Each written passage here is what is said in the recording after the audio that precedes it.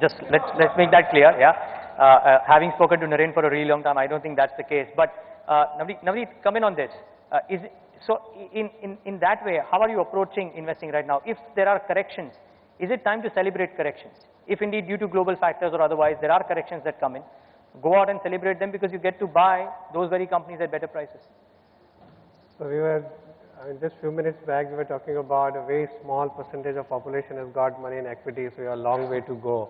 I think at every correction, and I think Naren pointed out very rightly that I think we are seeing a new trend where the days markets are lower, you see higher number of applications that day in terms of subscriptions. So I'm sure a huge amount of money is going to come from the domestic investors, and also I think from a global investor's perspective, I think in a world which is so growth starved, which is so yield hungry, at a place like ours where you have better predictability or more sustainability of that growth and higher returns will continue to attract more money. So possibility that something happens somewhere in the world or maybe some negative news leading to a very sharp correction is relatively less from that perspective, because the sheer amount of money that is likely to come into the market that will keep looking for those opportunities where at every correction the people come. But obviously when the place where the valuations are, I mean I agree with both of them that the expected returns have to be, I mean the people have to moderate their return expectations going forward. I strongly believe that while there is a huge sustainable growth ahead of us for next several years, agree with Prashant, margins will go up. Maybe our ROE from these levels is going to improve substantially, but highly unlikely that we stay at 22-23% of ROE that we had for 1 or 2 years going forward, simply because the disruptions that are there, maybe you can talk about it a little later. Because of that, I think sustainably ROE going back to that and staying there, I think looks unlikely, given the global and lots of disruptions here. But still, I think if the cost of equity comes down, maybe ROE doesn't reach 22, but if let's say reaches 18, the cost of equity comes down, maybe 18, 19 times. But I would hesitate to add the same point that Prashant mentioned, that sometimes that, you know, the aggregate level earnings, aggregate level P&L are quite misnomer, and look beneath and you will find the dispersion is so high. On one side we'll have a pocket of market which is trading at a completely different level, and then you look at an aggregate, probably you may reach a very, very different conclusion. I think at our end we are like focused on bottom up, where we believe the visibility of or the sustainability of those cash flows over a longer period is there. I think we are willing to pay that higher premium, while something may apparently look quite cheap, but still probably you are more concerned about the predictability of that. And I think that's far more important. I think given the structural story growth potential in India, I'm sure there would be several opportunities where you can compound money at the same rate where you have compounded for last maybe 10 years or so. Yeah, and if you don't know how to trust these gentlemen to do that for you. But Anup, so my question is, you know, so many times in the last, we did an investor camp recently, and out there when a few views were presented that up ki bar 10,000, 5 saal mein Sensex 75,000, you know, those figures sound outlandish to a lot of people, but if you do a simple CAGR 18-19%, that may still be achievable. I mean, do you believe that such a growth scenario for the next 5 years here to say? I mean, irrespective of the Sensex level, quite frankly. Why do I get all the tough questions? And they've got all easy ones, and I've been asked. You don't come on air too often, so this is the only time I get to grill you. Yeah. It is in line with your level of competence. Or it's to show my level of incompetence. So, no, I think so. See, to predict the, if you look at market levels, is probably a mug's game, which is a very good. Which is, I said, leave the level out. So let's look at why we are investing in equities from a point of view. That we think so that our macro today is fairly solid, and compared to the rest of the world, it's not showing signs of deterioration. We have a, we've had 3-4 years of growth which was very subdued.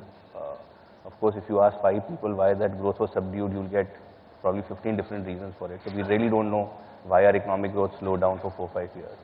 So my concern is that if we don't know why our economic growth slowed down, if it is, primarily driven by the case of balance sheet being stretched, if you look at the companies or sectors where the balance sheets have got stretched, they have not improved, which means that it's full cycle, whether it's banks or others, have not seen any improvement in terms of cash flow from those segments of the market.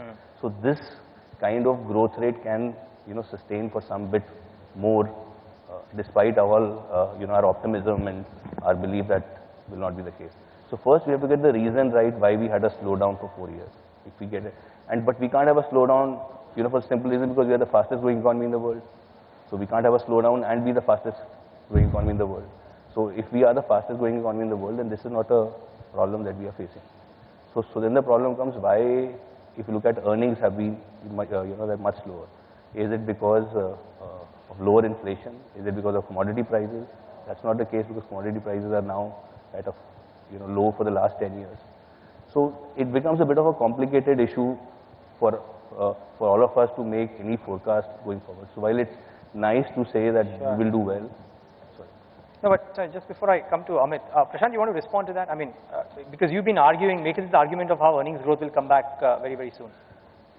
See, if you look at the Sensex in India and the Indian economy has been compounding in nominal terms, in rupee terms, between 14 to 17% a year for the last 4 decades. And that is what the Sensex has also done exactly. The earnings are more cyclical. They depend on economic conditions, they depend on interest rates, they depend on commodity prices.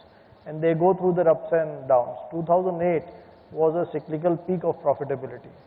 2014 or 2015 is a cyclical bottom of profitability. But these things don't change in a matter of quarters. But if you are patient, if you wait for 2-3 years, you will see it change. So I don't see any reason why, this economy is not slowing down, it is accelerating. The GDP growth, yes, current year is a little low because inflation is low and the real growth is taking time to pick up. But you ask any one of us, and I think most would agree that the nominal GDP growth of India for the next 5-10 years should be close to 13, 14, 15%. And I don't see a reason why the market should not compound at those rates, because market cap to GDP is again quite low. At the bottom of the earning cycle, the PE multiples will always appear to be very high because the profitability itself is so weak. And that's why it becomes difficult to buy into these companies, but that's where you have the best opportunities in my opinion. Okay, and when we talk about those, that's probably the most interesting. Sorry? So actually, let's make this more interesting. This is becoming too friendly an exchange of thoughts. So I think so, if you saw the previous gentleman's presentation, you're not here, he had one slide where he had a point on actually GDP deflator. And I think so, most of you out here would have noticed that. I know that's where the real problem is. We are still trying to put forth a case where we'll have 5-6% inflation going forward. If the rest of the world is going to have inflation in the region of 1 or 2%, if India continues to have 6-7% inflation to get a nominal GDP growth rate of 13-14%, then I don't know what's going to happen to the rupee, what's going to happen to our bond yields, and vis-a-vis what will happen to the stock market because of that. So first is we have to get that in our belief that if we are in a phase where we're going to have moderate rate of inflation, then we might not have nominal GDP growth rate which is there in terms of mid-teens or early teens. We might have in terms of nominal GDP growth rate which is closer to actually high single digit or very low double digit. And then it becomes a more interesting way to look at how growth in earnings will come. That's just one thought. No, but it doesn't matter. And you didn't have someone it really doesn't actually matter. was very bearish, No, so actually I'm filling up that part. See, equities are about giving real returns equal to real growth. Inflation is a pass-through. If you have less inflation, so even if your nominal returns are lower, it's okay, it's perfectly all right. I don't think it's a big challenge. Yes. So which is why, if you look at the point of Navneet, we have to have, in terms of, there if you look at the return expectation has to be more moderate, going forward. And that's the key. Okay, fair call. Maybe make the return expectations more moderate. I was thinking it would be a free for all and I can actually step out quite frankly. But any red flags that you believe are there right now? If it's all a rosy scenario, are there red flags in terms of flows, in terms of global events or anything which could disrupt? I mean, they're talking about currencies and interest rates, so on and so forth. So I think 2 red flags that are clearly visible. One is the quality of the current account. We have been in a sense lucky that the current account is behaving, but I really don't see any qualitative improvement in our current account in the last 3-4 years. It's more of a quantitative improvement which has helped us. Second is that I believe while central government balance sheet has improved significantly, and I would say that if India is 5 balance sheets, government, bank, corporate, individual and external, I would rate the central government balance sheet to have been the most improved balance sheet in the last 4 years. Followed by household, which was always good, current account, which is good for various reasons. Find us on Facebook at facebook.com/ETNow and don't forget to click the like button. You can also follow us on Twitter at ETNowLive. To stay updated with all our programming, hit the subscribe button on our YouTube channel by logging on to youtube.com/user/ETNow.